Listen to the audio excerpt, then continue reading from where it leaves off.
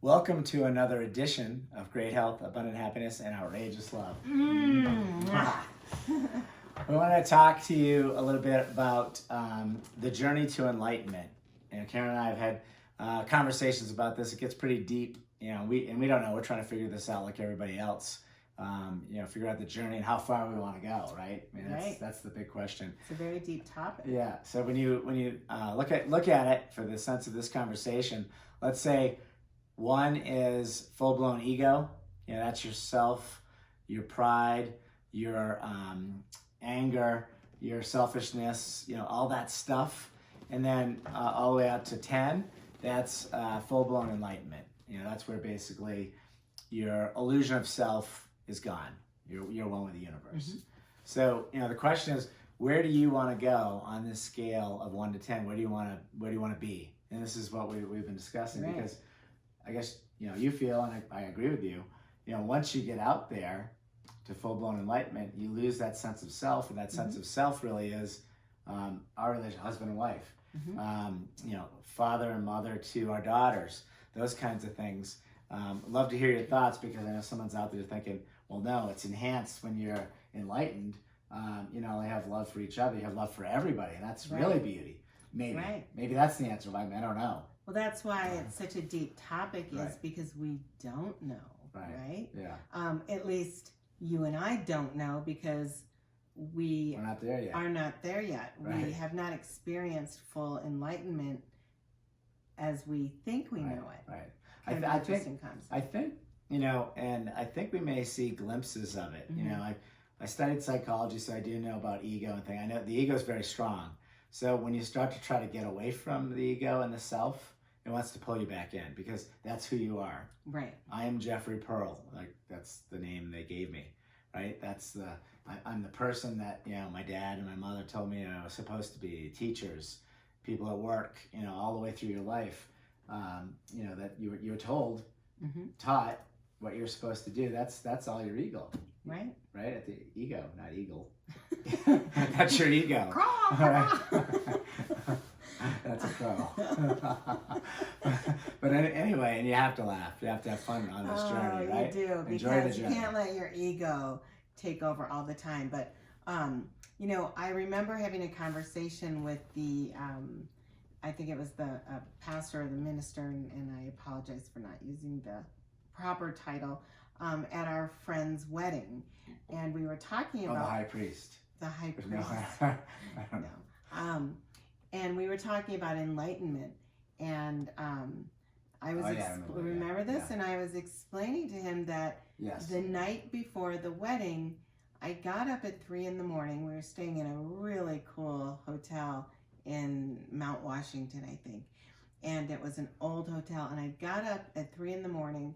and I drew a bath, and I sat in the bath, and I had this experience of total bliss. I couldn't fully explain it, other than I just had a beautiful sensation throughout my entire being. And I wasn't 100% sure where my body ended and the air or whatever, there was really not a big definition there. And it didn't last very long, but while it lasted, it was an experience I'd never had before. And what did the minister say? Well, he said, he had a term for that. It wasn't full enlightenment, but he said he's been trying to get to that feeling in that state, and he's never experienced it before.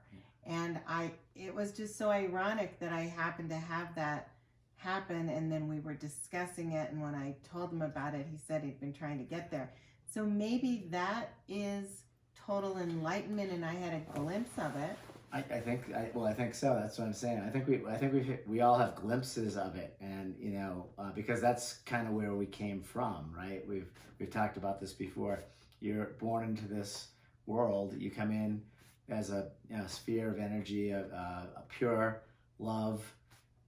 You're born as an infant, and you're taught all these things. This is the way you're supposed to be. Don't talk to strangers, all that stuff. We've got a few videos on this. But at the end of the day, we don't really know what true enlightenment is or what it feels like. And I think the concern is all the things that we do love here in this physical world, you don't want to give that up. I think that's the concern about going to full-blown enlightenment. I mean, you know, it is for me. Yeah, and by the way, we may be wrong. That's why I'm putting this out there. I would like to hear your comments on this. You know, and in our humble opinions, you know, if you're full-blown enlightened, you're probably sitting on top of the mountain meditating, just breathing in and breathing out this beautiful universe here, and you don't really care to get engaged with people on the ski mountain or heading down to après ski and listening to music and having a beer. Well, and right? I don't even think that it's that you don't care to do it. I think you are just in this sort of eternal state of bliss, similar to that feeling that I had for, you know, moments, but this is your state all of the time. And so it's not that you do or don't think about doing anything else. I really think that when you're at full enlightenment, I don't know, so I'm so curious to hear what people have to say about this, but I think that your mind doesn't work like that any longer. It's very different. Right. Well, and I guess right now we're asking where do you guys want to be, and we're not exactly sure on our side of the fence. It's like we're thinking maybe we don't want to go all the way because we want to give this stuff up, but again, it's because we only know what we know at this stage of the journey. Maybe you get to a point where it's that feeling of bliss that you touched upon. It's that feeling is prevalent more of the time, and we not only love each other, that accelerates, and you love everybody else around you. I mean, how great would that be? When you walk into a crowd of people, you go to the store, and you feel that same love for everybody. It comes back at you. I mean, that would be a pretty amazing thing, right? Exactly. Yeah, I mean, who knows? Who knows? We just don't know. And that's why we're doing this video, because we really want input. We want to hear, you know, from all of you what your thoughts are on it. And if any of you have had any experiences where you feel you were at full enlightenment, because maybe you get there and you bounce back. I don't know if you get there, you stay there, or if you get there and you bounce back by choice, or the ego brings you back, or again, you know, what that looks like. Yeah, I might say we probably experienced that not long ago when we rolled the Jeep. Yes. Just as you're saying that moment was pretty enlightened, I would say, right? Totally. Yeah. Yes. So it's very similar to the feeling that I had. Oh no, I know. That I was describing before. Right, I know. And so, I mean, I think that's a great point, Karen. I think, you know, as you start to see glimpses of it, you do come back, and whether you're pulled back from your ego's pulling you back, or something else is putting you back here because you're here on a mission, don't know, trying to figure out. So we're calling all gurus out there, calling all gurus, trying to figure out, can anyone shed some light on the journey to enlightenment? And I think that's a good question. Has anybody experienced the thing that, as you mentioned, at that hotel?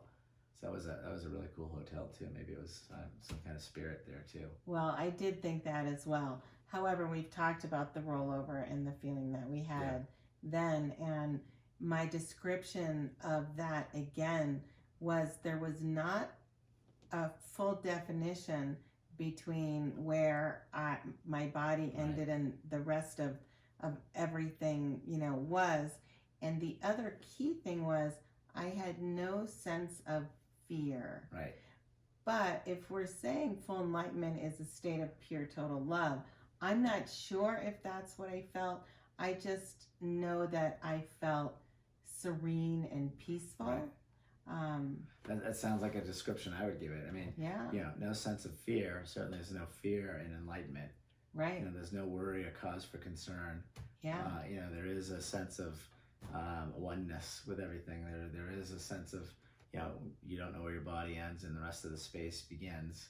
Right. So it sounds like it, but anyway. Yeah, and peace is very high on the vibrational frequency. So, absolutely. So maybe that was another glimpse of it. Yeah, I think so. Let us know what you think.